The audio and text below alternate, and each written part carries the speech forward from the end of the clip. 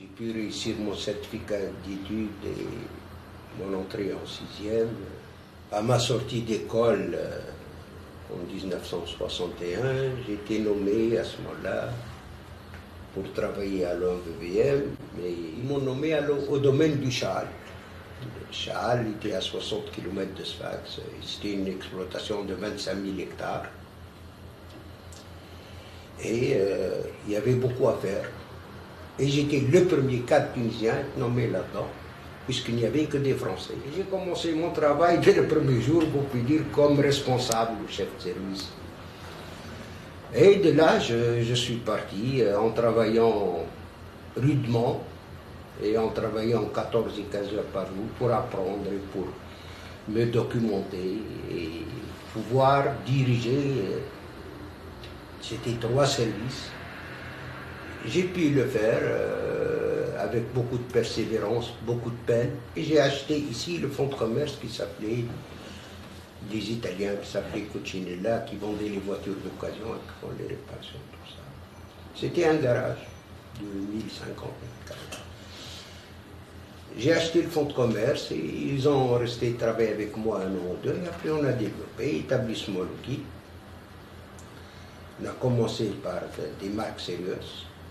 Et j'ai choisi des cadres valables. Ma devise était de faire les bons produits avec le bon management.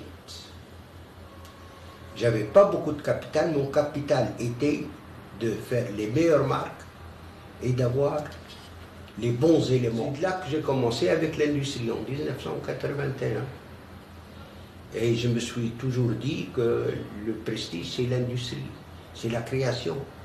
Parce que pour moi, s'il n'y a pas de création, la créativité, pour moi, c'était, je pense, la première caractéristique de l'homme. Je vous le dis, à chaque dimension de société ou de groupe, il faut absolument une transparence rigoureuse. Parce que s'il n'y a pas une transparence rigoureuse, vous pouvez ou faire faillite ou vous pouvez faire voler.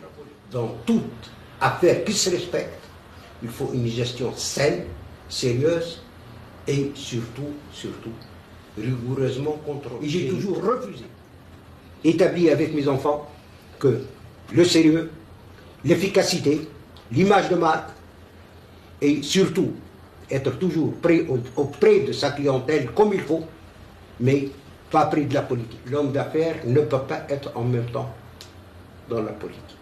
Toute la modestie des gens qui travaillent, qui croient en l'efficacité, qui croient en ce que nous faisons. Nous croyons bien dans ce que nous voulons satisfaire tous nos partenaires, que ce soit clients ou fournisseurs ou de services, tout ça, notre objectif, c'est d'être